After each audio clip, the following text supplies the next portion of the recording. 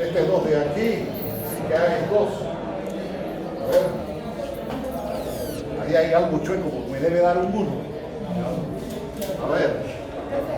¿No era mejor reemplazar la D en lugar de la C? Porque así pueden encontrar el valor de A acá. No, porque tengo aquí C y A. Ya encontré C y ya encontré A. La C la tengo buena, la A la tengo buena y la B me debe quedar 1 menos algo. A ver. No reemplazó 5, es menos 13, uso 13, menos 13. Aquí es Menos 13. 3 por 1, 3. Es que es 2 más B, ¿no? ¿Qué cosa? Es 2 más B. ¿A dónde? Cuando... Quité esta A, Ajá. 2 menos D. Y esta vez está, y menos 3 por C, menos 3. Menos 3. Sería 2 más B. No, 2 menos D. Ese A va para allá y este 2 va para acá. La A no sé que lo tengo bueno. Sí, lo tengo. Vamos a ver qué pasó aquí. Para ver. Menos A más B menos 3C menos D menos G.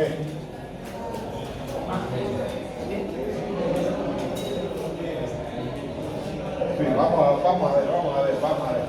Así es que de este lado aquí tengo 2 menos 3 es menos 1 y D menos D menos 2D más 3D más D más E más B. A ver.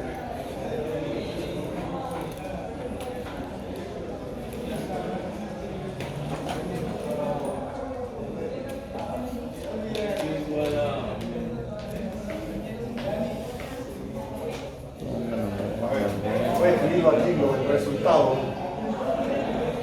Menos 3 más 4. Menos 2 más Ah, no, sí está bien.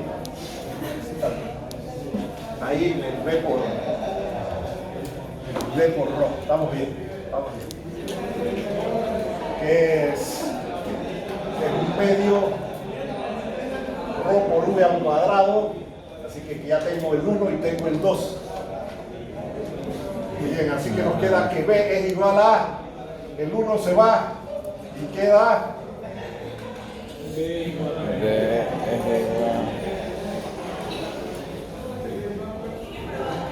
Estamos bien, ok. Sí, estaba bien. Ya era mi mente la que estaba fallando. Estamos bien. Ok, entonces, si regresamos aquí, ¿qué nos queda? Que tau sub 0 es igual a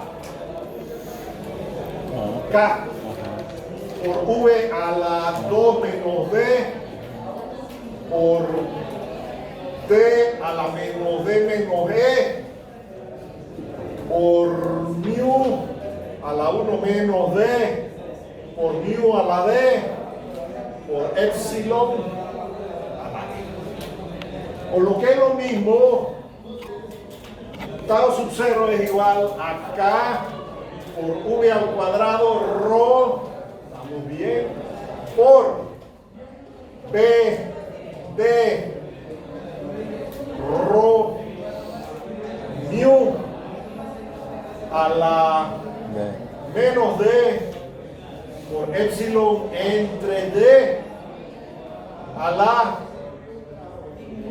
E.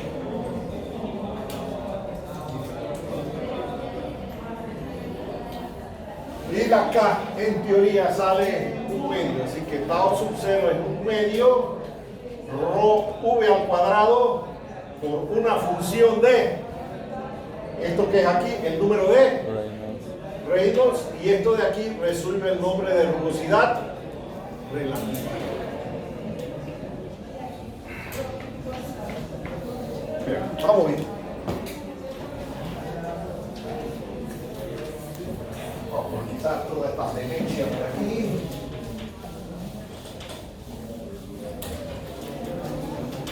Así que si comparamos eso con lo que habíamos encontrado hace un rato, de que tau sub 0 era igual a gamma radio hidráulico HF entre L, y quitamos ese tau sub 0 y lo reemplazamos por esto, y el radio hidráulico era igual al área entre el perímetro pi por d al cuadrado entre 4, y el perímetro era pi por d, así que eso es d cuarto.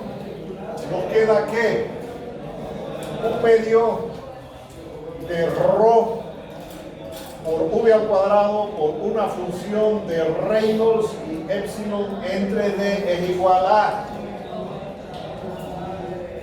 rho g por d entre 4. Esto no es un medio, es un octavo.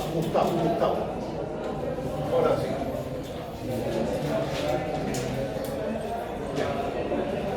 Por D entre 4 por HF entre L. Y esta rho se va con esta rho, y ¿qué queda? Queda que una función del número de Reynolds y de epsilon entre D por L entre D por B al cuadrado entre 2G, este 4 y este 8 queda un medio, que es la carga de velocidad, es igual a HF. Y esto, sin este octavo de aquí, sin ese octavo de ahí, recibió el nombre de coeficiente de fricción CF, pero CF fue definido por los alemanes y después el señor Darcy modificó y encontró este resultado, y 4CF igual al factor de fricción, y esto se le llama el factor de fricción por L entre D por B al cuadrado entre 2B igual a HF. Y el aporte de los alemanes, que fue sin este 8 de aquí, desapareció. Los alemanes perdieron la guerra en la Segunda Guerra, y este resultado se conoce como la ecuación de Darcy. En teoría a veces se le llama, para darle honor a los alemanes que fueron los primeros,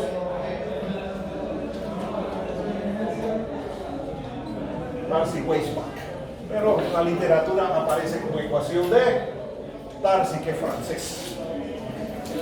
Así que nosotros les salté aquí la derivación de la ecuación de Weisbach y pasé directamente con el octavo ahí, por eso me equivoqué hace un rato y puse el medio. Vamos a ver. Pero no nos interesa la historia de la mecánica de fluidos. En la actualidad eso se le conoce como ecuación de Darcy. Y la ecuación de Darcy es el estado del arte que usted tiene para calcular las pérdidas principales o pérdidas por fricción. Pero obsérvese que ese factor de fricción que usted tiene ahí en la ecuación de Darcy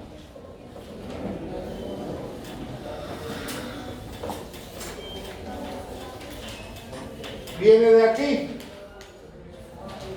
Así que el factor de fricción es una función de Reynolds y de epsilon. ¿Y qué define Reynolds?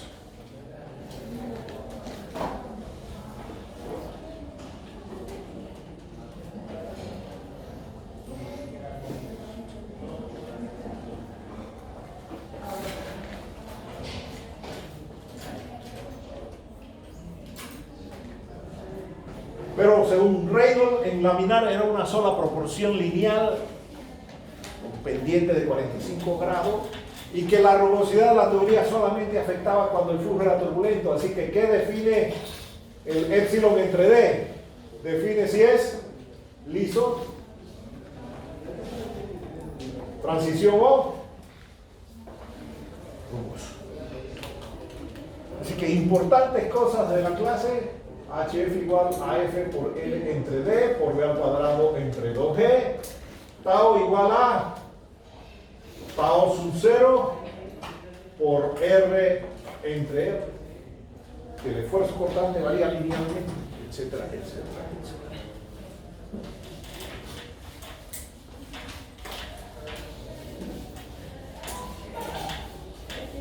Para poder aplicar la ecuación de Darcy,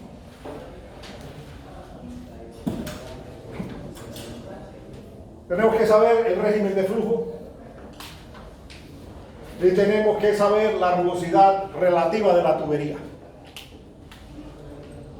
Así que vamos a empezar con el caso sencillo. Vamos a empezar con el flujo laminar.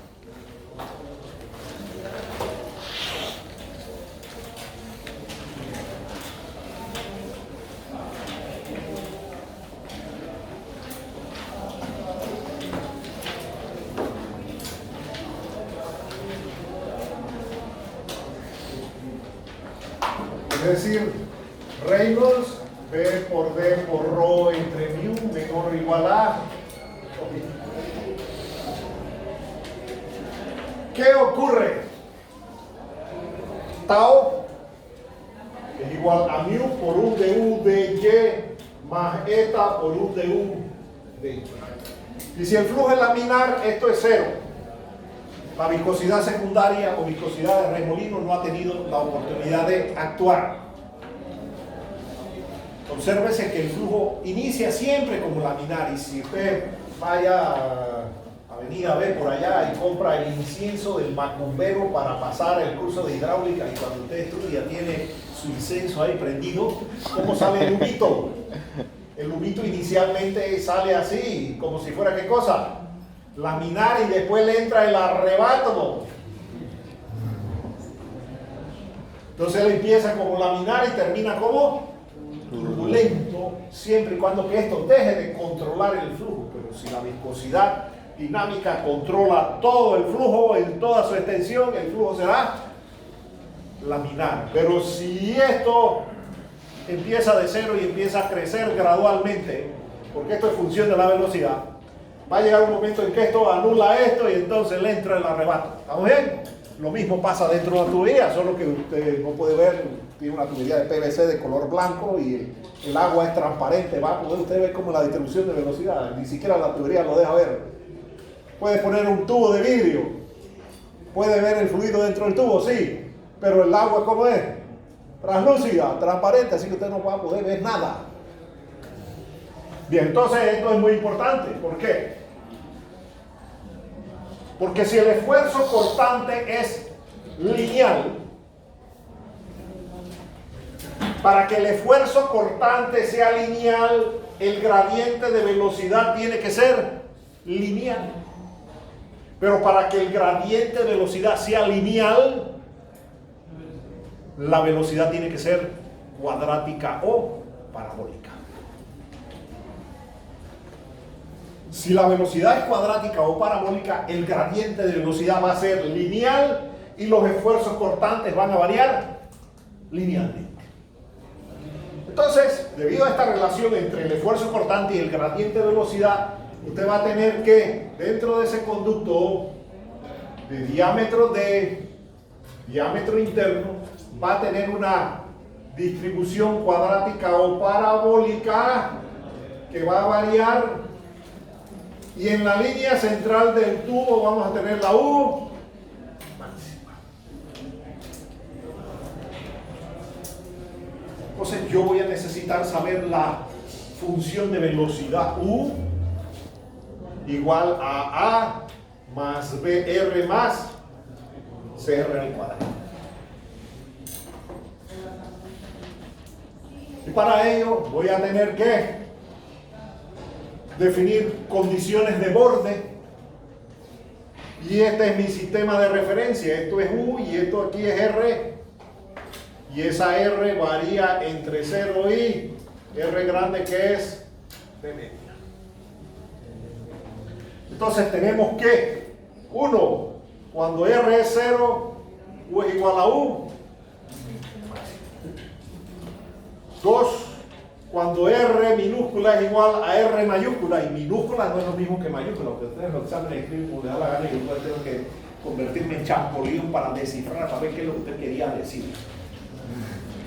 ¿Vamos bien? Pero mayúscula y minúscula tienen significados distintos Esta es la coordenada polar y variable. Este es el radio interno y es constante. Así que en matemática clásica las constantes se escriben en mayúscula y las variables en minúscula cuando se usa la misma letra.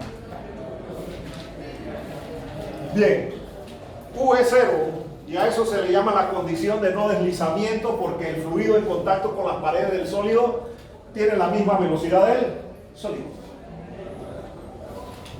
Y necesitamos una tercera condición de borde y a veces ustedes se convierten en agujeros negros y me dicen que cuando R es menos R, pero esta R de aquí y la R minúscula de aquí son igualitas.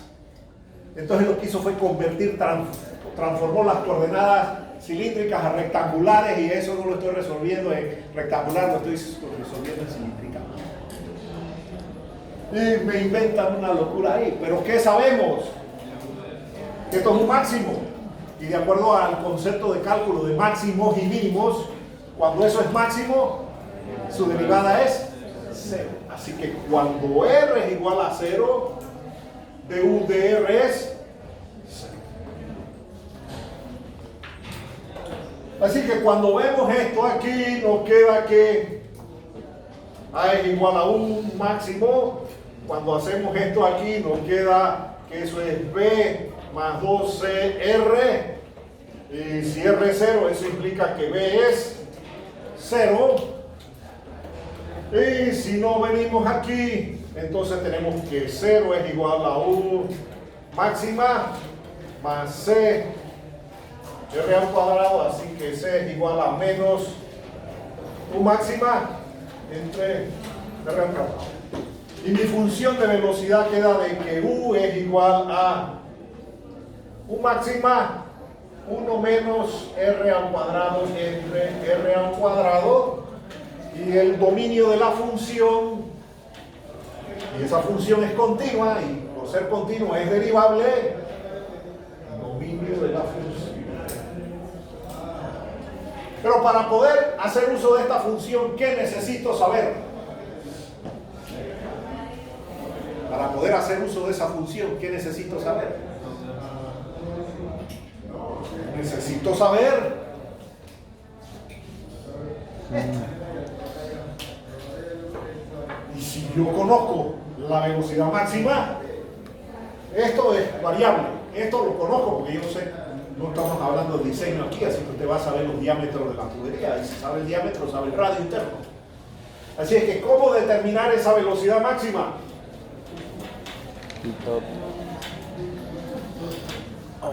Vamos a colocar aquí un tubo de pitot.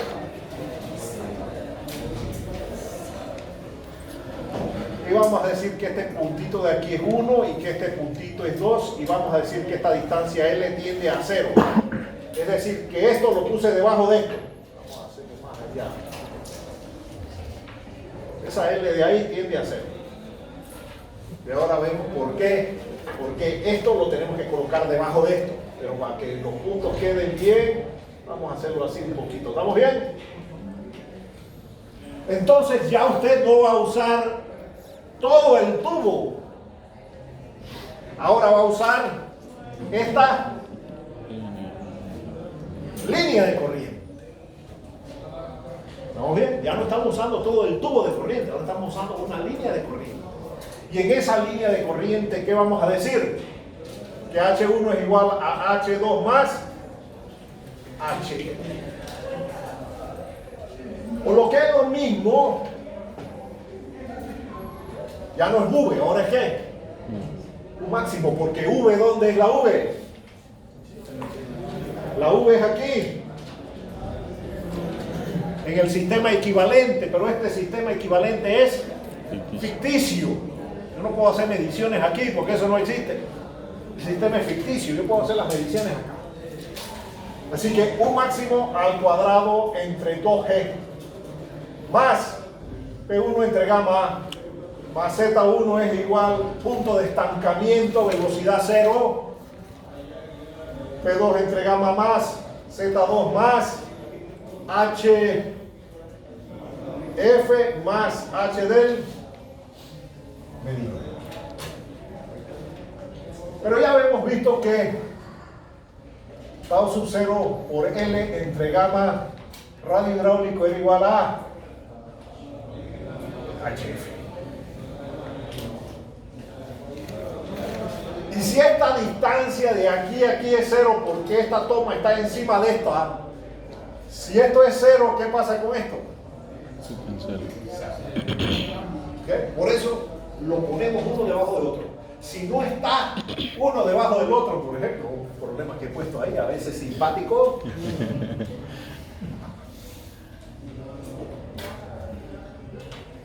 Ya esto no está aquí, aquí hay ¿qué cosa? Pérdida. Una L. Entonces ya esto no es despreciable. Ya eso no es despreciable. ¿Estamos claros? Sí. Porque a veces le pongo esto y las veces que me han puesto esto me han hecho esto. Y profesor, pero eso fue lo que usted ya hizo y me traen los apuntes y me traen el video y me muestran el video y yo me veo ahí mismo en el video diciendo esto y dice, pero ¿por qué me lo puso malo? Pero es que yo le expliqué esto y ahora le pregunté esto. ¿Vamos bien? Y algunos con experiencia se ríen porque después encuentran que son las mismas cosas de siempre. Entonces aquí esto hizo así y esto lo vamos a medir H y aquí hay un fluido S prima y aquí hay un fluido S que puede ser cualquier cosa. Por supuesto, si esto es agua, esto no puede ser agua porque son visibles. El fluido manométrico no se puede mezclar con el fluido principal. Uno de los fluidos manométricos más populares es el mercurio. Entonces, ya lo hicimos en esta dirección del movimiento, en la ecuación de energía. Ahora lo vamos a hacer en la dirección perpendicular al movimiento, que es la ecuación de hidrostática, porque en esta dirección el fluido no tiene movimiento. Así que vamos a llamarle a esto una variable DOMI L y nos queda que P1 más gamma por L más gamma prima por H es igual a P2 más gamma por L más gamma por H. Esta variable es DOMI. DOMI, ¿cómo se traduce en español? Tonto, algo así. Bien.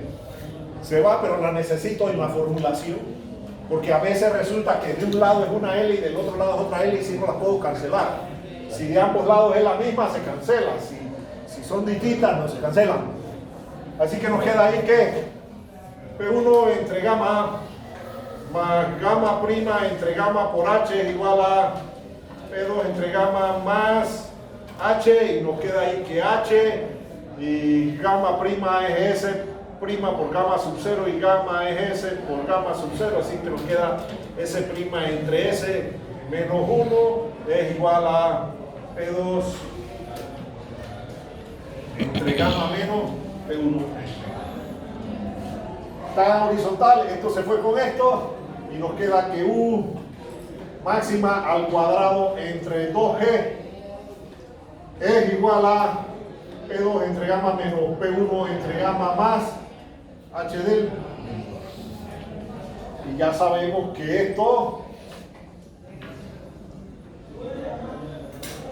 es igual a H por S' entre S menos 1 más HD.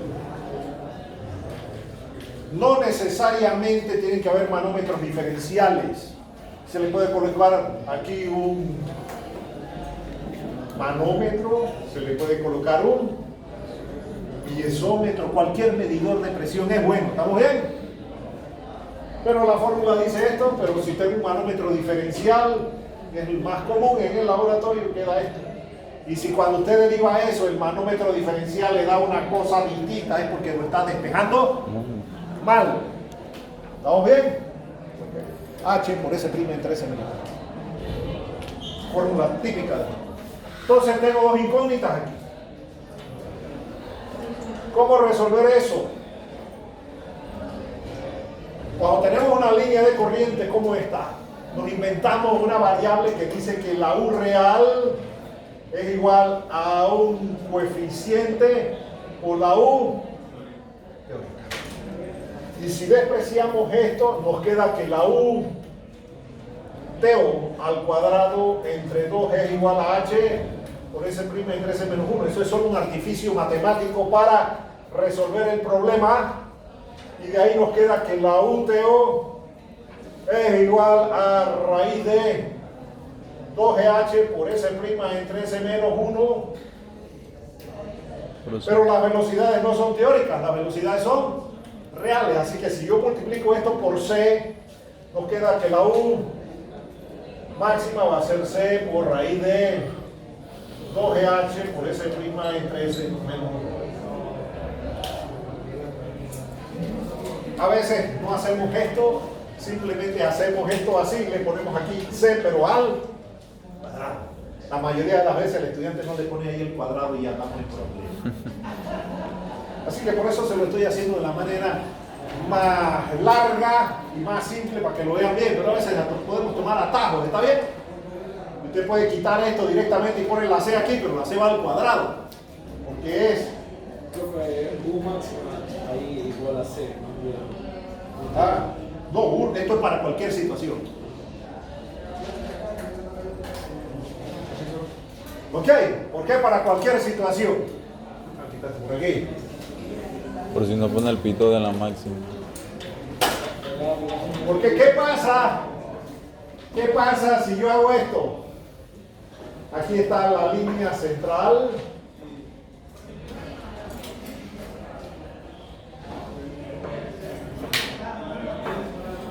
Y yo coloco esto a una distancia Y y mido 1.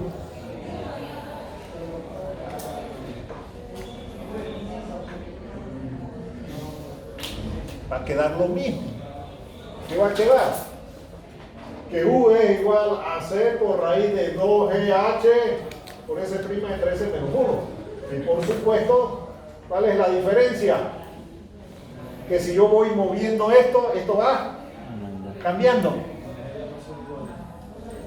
Las L siguen siendo iguales. Esto es L y esto es L. ¿Para qué te sirve esa Y? Para encontrar esta distancia. Y R, ¿a qué será igual? De menos 9.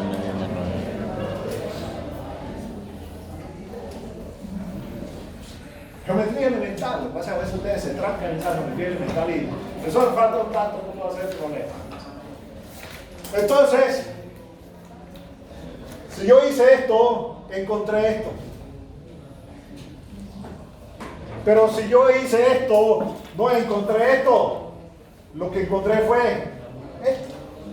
Y tengo que empezar a hacer todo eso de nuevo. A más BR más R al cuadrado. No. Porque ya tengo esto. Entonces, U va a ser igual a U máxima por 1 menos R en BR al cuadrado. Y si yo tengo esto, y tengo esto y esto, ahí puedo despejar un máxima. Y no tengo que ponerme a buscar condiciones de borde ni nada de esas hierbas aromáticas.